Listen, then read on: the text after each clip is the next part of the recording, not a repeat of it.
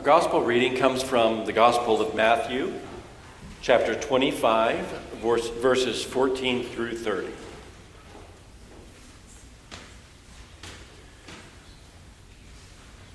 For it is as if a man going on a journey summoned his slaves and entrusted his property to them.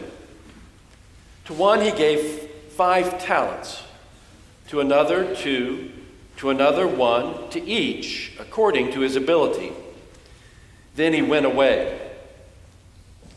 The one who had received the 5 talents went off at once and traded with them and made 5 more talents. In the same way, the one who had 2 talents made 2 more talents. But the one who had received the 1 talent went off and dug a hole in the ground and hid his master's money. After a long time, the master of those slaves came and settled accounts with them.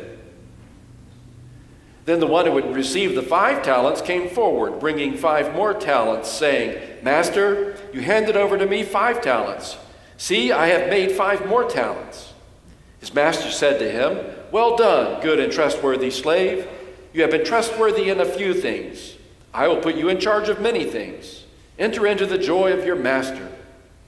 And the one with the 2 talents came forward, saying, "Master, you handed over to me 2 talents. See, I have made 2 more talents." His master said to him, "Well done, good and trustworthy slave. You have been trustworthy in a few things. I will put you in charge of many things. Enter into the joy of your master." Then the one who had received the 1 talent also came forward, saying, "Master, I knew that you were a harsh man, reaping where you did not sow and gathering where you did not scatter seed. So I was afraid, and I went and hid your talent in the ground. Here, you have what is yours." But his master replied, "You wicked and lazy slave. You knew, did you, that I reap where I did not sow and gather where I did not scatter? Then you ought to have invested my money with the bankers, and on my return I would have received what was mine with interest. So take the talent from him and give it to the one with the 10 talents. For to all those who have more will be given, and they will have an abundance. But from those who have nothing, even what they have will be taken away. As for this worthless slave, throw him into the outer darkness, where there will be weeping and gnashing of teeth."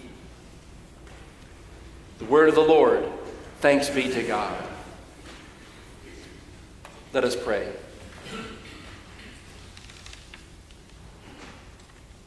Lord, this is your word, even when the words may be hard for us to hear, confusing, unsettling. Give us your Spirit so that we might have the grace to understand them in the context of our lives and who we are and what we fear and what we hope for. These things we pray in Christ's name. Amen. I'm not sure how you may feel about the idea of settling accounts, but it makes me a bit nervous. Maybe it shouldn't. The 2 Greek words for this phrase that is translated settle accounts, in the parable it says the master returned and came to his slaves to settle accounts. Those 2 words literally mean bringing together words or gathering up words. And that's not such a bad idea. I rather like it. Let's get together, let's bring our words together and see what we've got. But if we have to settle accounts, that's a little bit of a different story to me. I remember being in college and getting a notice from time to time from the financial aid office or the business office, "Please come to the office as soon as you can. We need to settle accounts." That can't be good, can it? I don't ever remember getting a notice like that and thinking to myself, "Oh, good, they're going to say, hey, it turns out you've got a large surplus in your account. How can we pay that out to you?"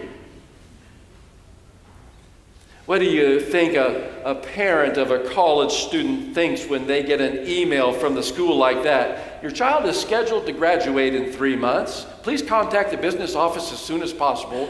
We need to settle accounts before graduation, or your child won't get to participate in the ceremony. I'm not a big fan of this idea of settling accounts. I got a phone call recently from a medical practice, and a very cheerful voice asked me how I was doing. Well, fine, I said, kind of cautiously.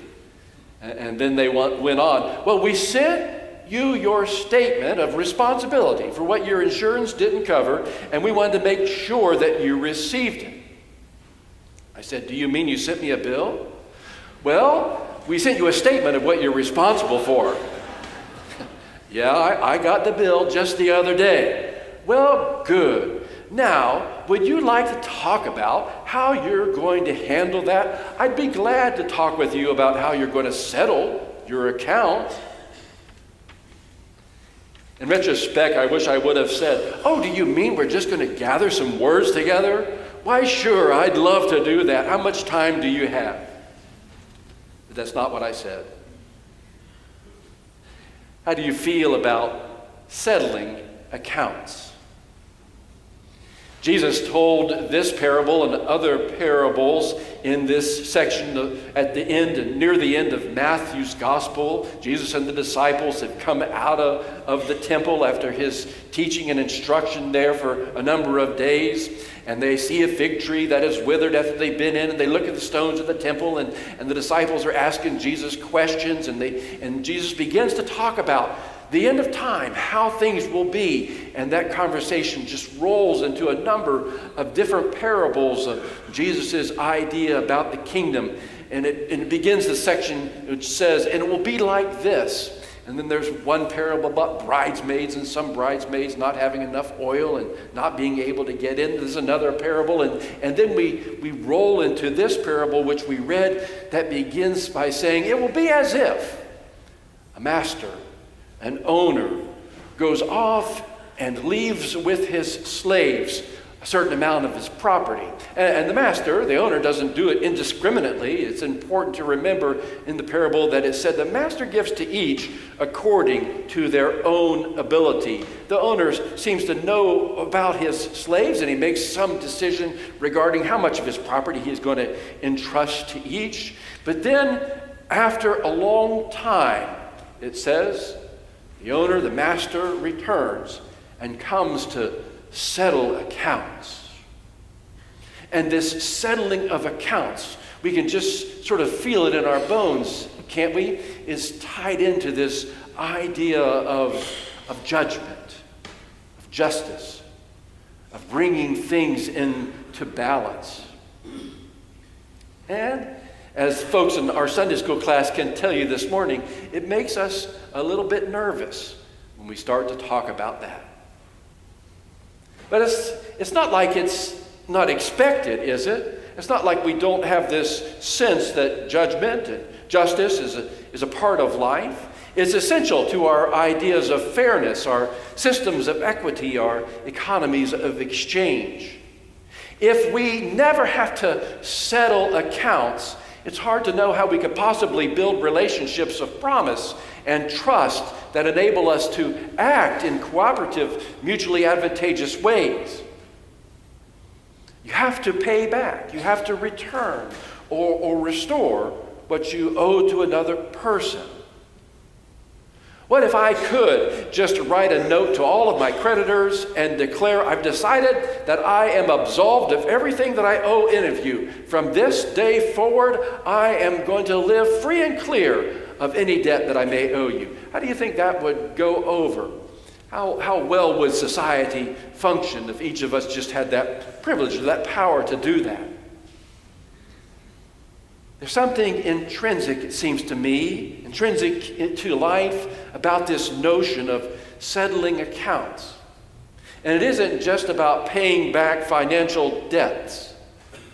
We are inclined to think, most of the time, that the course of life will eventually settle accounts some way or another, in a broad sense.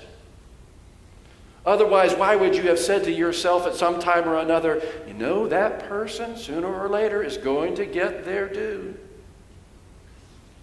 It's just in us that somehow life will settle accounts sooner or later. We may complain from time to time that life isn't fair.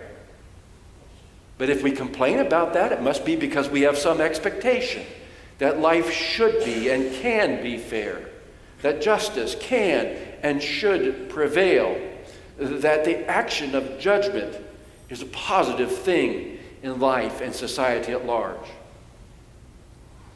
But when we are facing judgment in some sense ourselves, or when we have this feeling that judgment is on our immediate horizon, then it begins to get a little unsettling. And we find ourselves asking, what are we going to have to pay when it comes time to settle accounts? It's interesting in this parable that we have 3 slaves, and the first 2 slaves, one of whom is given 5 talents and the next who is given 2 talents. The first 2 slaves, the parable in and of itself doesn't seem to focus on them. What they do is repetitive, and there's just this kind of easy, casual exchange that seems to go on between the slaves and their masters. See, master, you entrusted to me 5 talents, but I've invested and I've done work, and here are your 5 more talents for you. And then the speech of the master is one we're familiar with. Well done, good and faithful servant. Enter into the joy of your master. And then the exact same thing happens to the second slave. But the emphasis of the parable seems to go forward and focus on this third slave.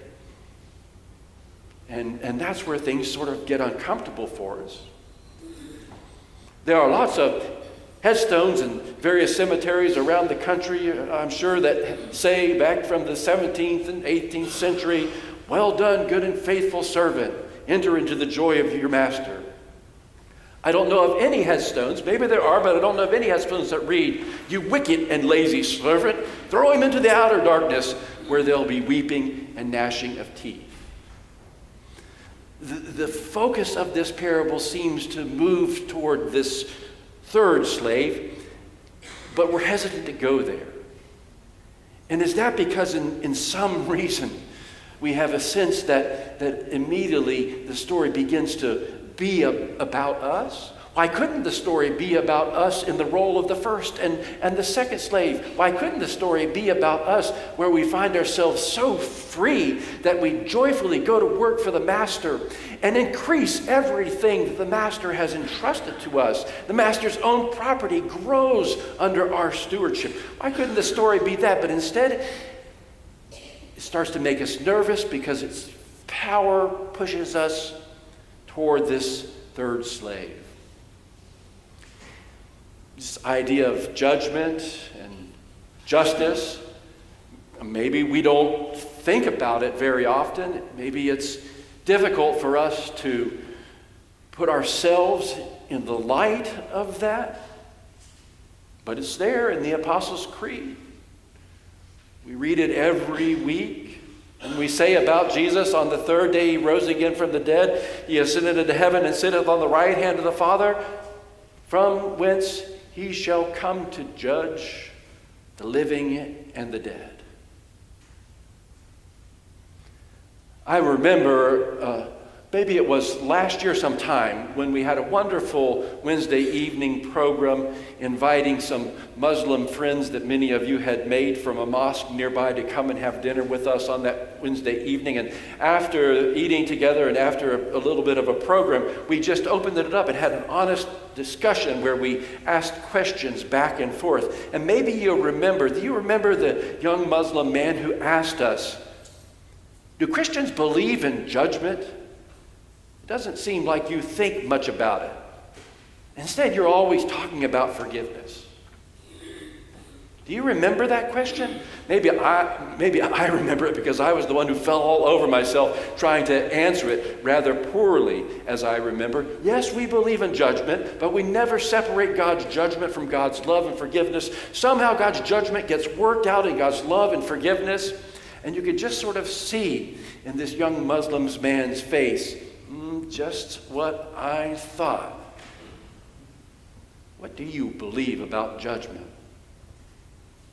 Maybe I should have said, yes, judgment is there for us. Judgment is present for us. Jesus told stories, parables about judgment. There was even this one story where he talked about 3 different servants being entrusted with their master's property. And when the master returned, the master had expectations about what they had done with what was the master's. And there was a settling of accounts. We come to a part of Matthew's gospel toward the end. Even as we come to the end of the liturgical year in the life of the church, moving toward the celebration of Christ's reign and the expectation of Christ's return, almost ready to step into the season of Advent, where we remind ourselves to wait eagerly. We come, and Matthew at this point is not above putting the idea of judgment on the horizon for us in order, if you will, to push us, to encourage us, to goad us into acts of righteousness and faithfulness and goodness that will in some way embody the ministry and work of Christ that we've been entrusted with, that we're to be undertaking even as the church awaits for Christ's return. Matthew is not above saying, look, there is a settling of accounts, and you should be busy doing Christ's work as you anticipated. Busy doing Christ's work, pronouncing blessings and beatitudes upon the poor and the suffering. Busy doing Christ's work, striving for the kingdom of God above all else. Busy doing Christ's work, thinking and believing and knowing that your righteousness has to be greater than the righteousness of the scribes and Pharisees. There will be no hypocrisy allowed when it comes to the time of settling accounts. What will be expected is the fullness of Christ's grace and goodness and love at work reshaping God's world. Philip Halley was a professor and philosopher and author and a student of good and evil, and he studied during his time the worst of Nazi cruelty and all of its twisted and horrific dimensions. He turned his attention to the people that were able to do radical good in the midst of this horrific evil. And in his work, he noted that granting that there is much indifference amongst us to the hardship and pain of others, from time to time we see people working hard as best they can to simply do good in the face of evil. In his book, Tales of Good and Evil, he notes the capacity for astonishing self-giving and risk-taking and rescuing by many. And he asked the question, what makes them capable of doing this? Why do some step forward to engage danger on behalf of others, even at the enormous personal risk? What fuels the courageous moral passion of these world changers? Why are these people able to be busy embracing the joy of Christ rather than burying themselves in the fear of life? And one of the examples that he cites in his work is the example of the Reverend André Trocmé and his wife Magna, French Protestants who lived in a tiny mountain village called La Chambonne during the Second World War.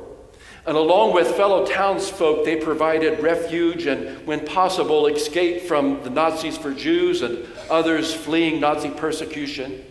And although Trocmé and other villagers who shared this rescue operation were under constant surveillance, they quietly continued their efforts throughout the war. And ultimately, their investment of personal risk and gospel love yielded an enormous reward, Between 1940 and 1944, the villagers of Le Chambon saved the lives of more than 3,500 Jews, most of whom were children, as well as 1,500 other people fleeing persecution. And in this work, Professor Halley writes that Magna Trachme, when she was interviewed many years later by those who had found it hard to fathom her courage and her risk, she said this about her choices: remember that in your life there will be lots of circumstances when you will need a kind of courage, a kind of decision on your own, not about other people, but about yourself. I will not say more, she said. Halley writes that this is a fascinating review of a life-changing, life-saving undertaking. Magna Trachme insists that the rescue operation in Le Chambon was not about the people they were trying to save only. It was about the rescuers themselves. They each had a decision to make. Who would they be? Would they be passive, cautious, self-protective, fearful? Or would they be enactors of Christ's message of compassion and love, no matter what the risk? The villagers of Le Chambon chose the risk. As Christ's people, that was their responsibility. As Magna Trachme concludes, what more is there to say? Perhaps this is an important parable of Jesus for us in our particular time, when there seems to be so much indifference, so much hopelessness, so much bitterness and conflict and argument, even going on amongst ourselves about the wrong that we see taking place around us, but just simply don't feel like we know what to do until we just finally become immobilized and find ourselves thinking that there's really not much we can do, period. Here's your talent. I buried it in the ground. It's yours. You can have it back. This is what I thought you would want on the basis of really who I thought you were. Maybe this is a good parable for us to hear and to look at the horizon and wonder if we will have to settle accounts. On what basis will we be measured? What will we have to pay? What do we have that God's entrusted us that we can give back and say, look what I did for your work in the world? I read an interesting observation this week about so much of what seems to be going on around us, and the author was writing about the movie Spotlight. Some of you may remember that movie. Came out a number of years ago, and it was about the investigative work done by the reporters at the Boston Globe around the issue of the sexual predatoriness taking place in the Catholic Church and being hidden in the Catholic Church at that particular time. And in this movie, Spotlight, there is a character named Walter Robbie Robinson, and he's having a drink with another character named Peter Conley. Conley is a Catholic businessman who is very well connected to the archdiocese that is being investigated. And Robbie Robinson is the editor immediately over the reporters that are doing the work. And Conley has requested this meeting with Robbie Robertson in hopes that he can sort of dissuade him from running the story in the Globe. And he begins by flattering Robbie, who it turns out is a Boston native and went to Boston Catholic High and was a part of the Catholic Good Old Boy Network. Conley begins by buttering him up and telling him that he's got a lot of respect in the city. And then he makes some comments about Barron, who is Marty Barron, who was the new editor-in-chief of the Globe, but who everyone considered to be an outsider to Boston. And the dialogue of the movie goes like this. Peter Conley says to Robbie, "It's because you care about this place, Robbie. It's why you do what you do. It's who you are. But people need the church more than ever right now. You can feel it. And the cardinal may not be perfect, but we can't throw out all the good he's doing over a few bad apples, can we? And Robbie lets this sink in for a moment, and then he nods in agreement, and then Peter Conley continues, I'm bringing this up with you because I know this is Barron's idea. It's his agenda, and I got to tell you, honest to God, I don't think he cares about this city the way you and I do. How could he? He's not from around here. Then Robbie looks at Conley, and after a long beat, Robbie says, this is how it happens, isn't it, Pete? And Pete says, what's that? Robbie says, a guy leans on a guy, and suddenly the whole town just looks the other way. Then Pete downs his drink, gets up, and walks out. What if the owner and master returned and said to the third slave, you wicked and lazy servant, you just looked the other way? Carlo Minetti once said, hell begins on the day when God grants us a clear vision of all that we might have achieved, of all the gifts which we have wasted, of all that we might have done, which we did not do.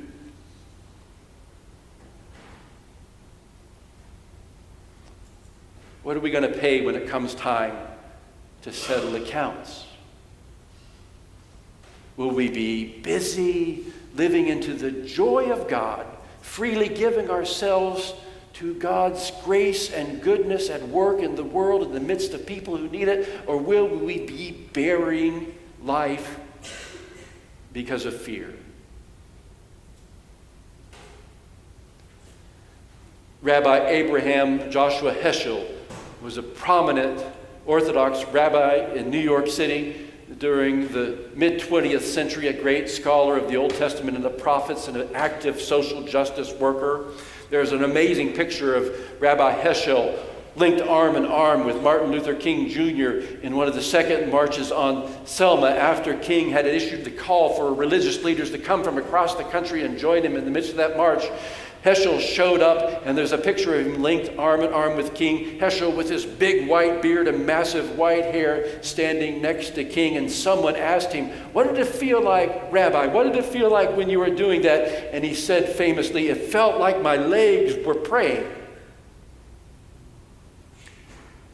In an interview near the end of his life, an NBC interviewer had asked him, Rabbi, what would you tell young people today? What would you tell young people about what they can do with their lives in this world?